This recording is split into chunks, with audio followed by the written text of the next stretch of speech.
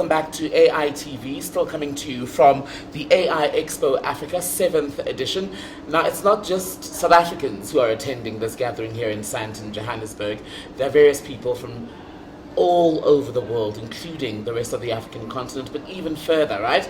Because artificial intelligence is connecting nations even beyond what we may have become used to in the last few decades. And one of the people who is here from beyond our shores is Guillem Martínez. He is with the International Telecommunication Union. Guillem, good to see you. How are you? Good to see Welcome you. to South Africa. Thanks a lot. How have you found it so far? I find it amazing. It's my second time here in South Africa. I attended 2 years ago the AI Expo Africa 2022. So it's great to be back again to see that how the event has been growing. Bigger and better, right? Yeah, bigger and better. And as well, like how we are enhancing the partnership with the ITU towards building solutions for the African continent. Talk to us about that partnership then. Exactly. So basically, the ITU is the International Telecommunication Union. It's the United Nations specialized agency for digital technologies, and we have been convening the United Nations system around AI since 2017 through the work of the AI4Good Global Summit and broader AI4Good initiative, and co-chairing the interagency working group on AI together with UNESCO since 2021.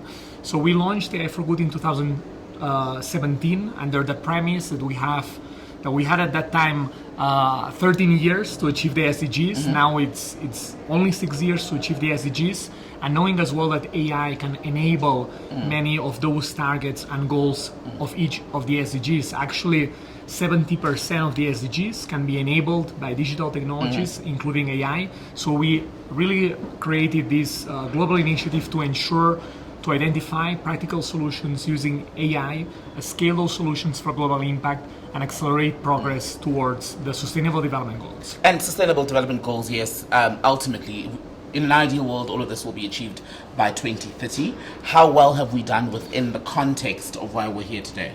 Yeah, so we are not on track.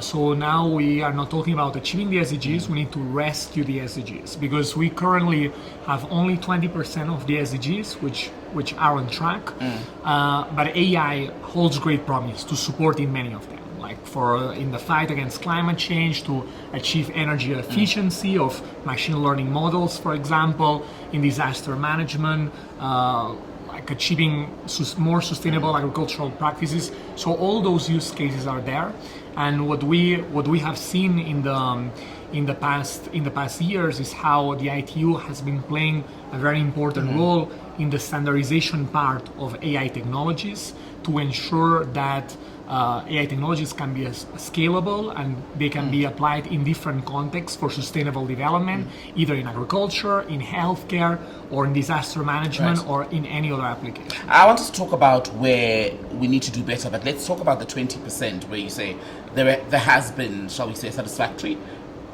progress. In what real ways can people who will be listening to this conversation see that benefit, that progress?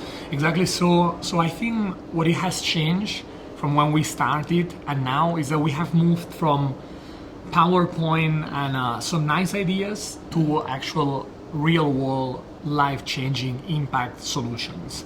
So what we have been seeing at our AI4Good Global Summit in Geneva that happened in earlier May this year, and we're going to have the Summit 25 in Geneva in July next year, is we saw life-changing solutions, for example, for people with disabilities. You know, we were able to connect with a fully locked patient, ALS patient, based in Portugal, who was able to communicate to our audience in Geneva using generative AI and brain-machine interfaces and really give the possibility for these people to speak and to communicate and really give like dignity back and a possibility to be part of normal life as anyone else. And this is an example that we see daily examples of how AI can be harnessed for good.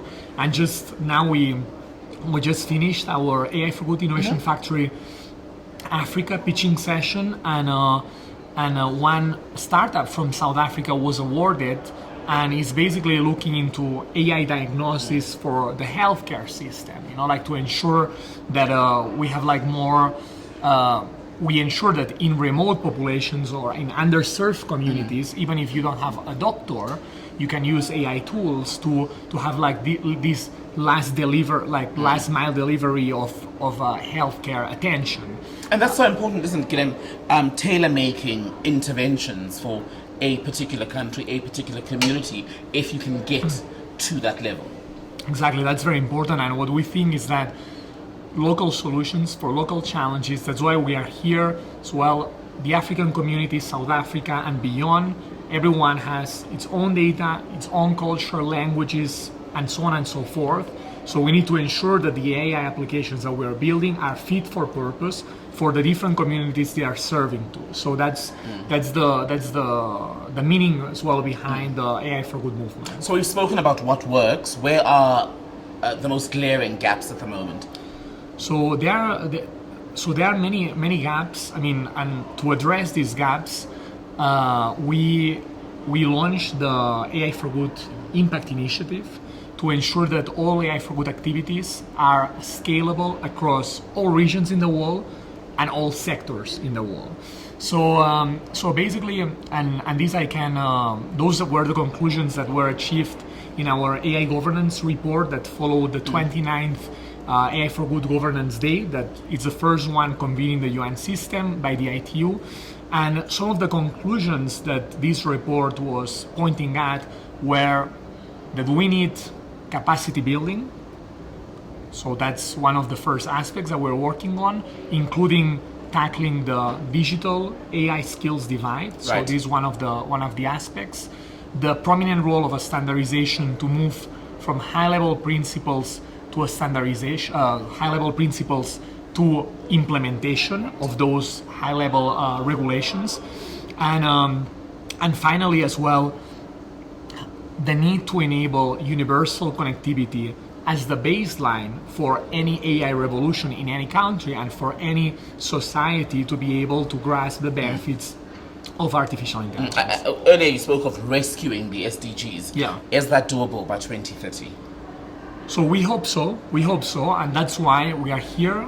That's why our team and the vision of the ITU, of the UN system as a whole, following the resolution on artificial intelligence of our plenipotentiary conference 2 years ago of the ITU, and following the landmark resolution on AI by the United Nations General Assembly, to ensure the development of trustworthy, safe, secure AI systems, to, instead of deepening the digital divide, to contribute to a better future, digital future for all. Right. So that's the intention behind the AI4Good Impact Initiative, to bring together a community of companies, of academia members, and so on, to support this mission. And the ITU is very well placed, convening all the UN system around AI for sustainability and the Sustainable Development Goals. And just to mention, AI4Good is being led by the ITU together with 47 UN agencies and co-convened with the government of Switzerland. So this really shows this multi-stakeholder, interdisciplinary platform and intergenerational platform that is needed for actually achieving the SDGs, but achieving them in the most inclusive, equitable manner as possible, so all regions in the world benefit equally from innovation. How do you see, if at all, a platform like AI Expo Africa then tying into or fitting into that objective? Because some on the African continent talk about African solutions to African problems.